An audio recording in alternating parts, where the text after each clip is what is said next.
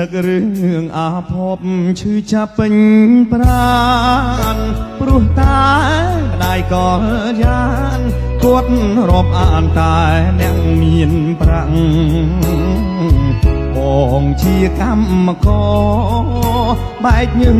ហូសស្រាំងទម្រាំតែ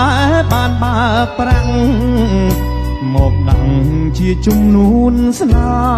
ហ៍បងស្នេហ៍អូនមុនដើមទុនមិនដល់គ្មានប្រាក់មកដំកល់អង្គុសលម្ដាយអូនកែប្រែព្រមឲ្យអ្នកក្រោយគេឈ្នាកូនថៅកាផ្ដាច់បងពីមាសស្នេហ៍ហើយឌីលជាយ៉ាងអាស្រ័យអោអ្នកក្រតូចទៀតមកដូចខ្ញុំការដែលខំដំកម្មផ្ដាច់យកទៅពេលដែលរថយន្តចេញពីអូជ្រៅបងឃើញស្រស់ពីពើនៅក្នុងរោងការគូថ្មីអក្ខរាលីស្រីសេរីសោភ័ណ្ឌផ្ដាំតាមអ្នករត់ពុនសូមទុកក្រំជាចំណងដៃបនដាម្ដាយអូនផ្ដាច់បងពីចរណៃជាតិនេះបងសូមចាញ់ដៃព្រោះម្ដាយថ្លៃលក់កូនយកលុយ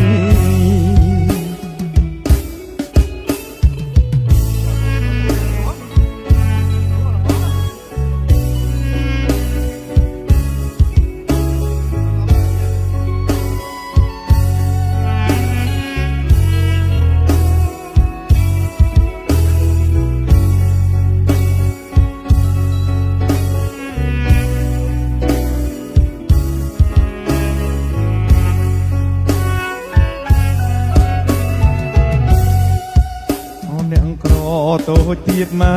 កដូចខ្ញុំការដែលខំដំកម្មមកផ្ដាច់យកទៅពេលដែលរថយន្តចេញពីអូជ្រៅបងឃើញស្រស់ពីពើនៅក្នុងរោងការគូថ្មីអក្ខរាលីស្រីសេរីសោភ័ណ្ឌផ្ដាំតាមអ្នករត់ពុនសូមទុកក្រំជាចំណងដៃ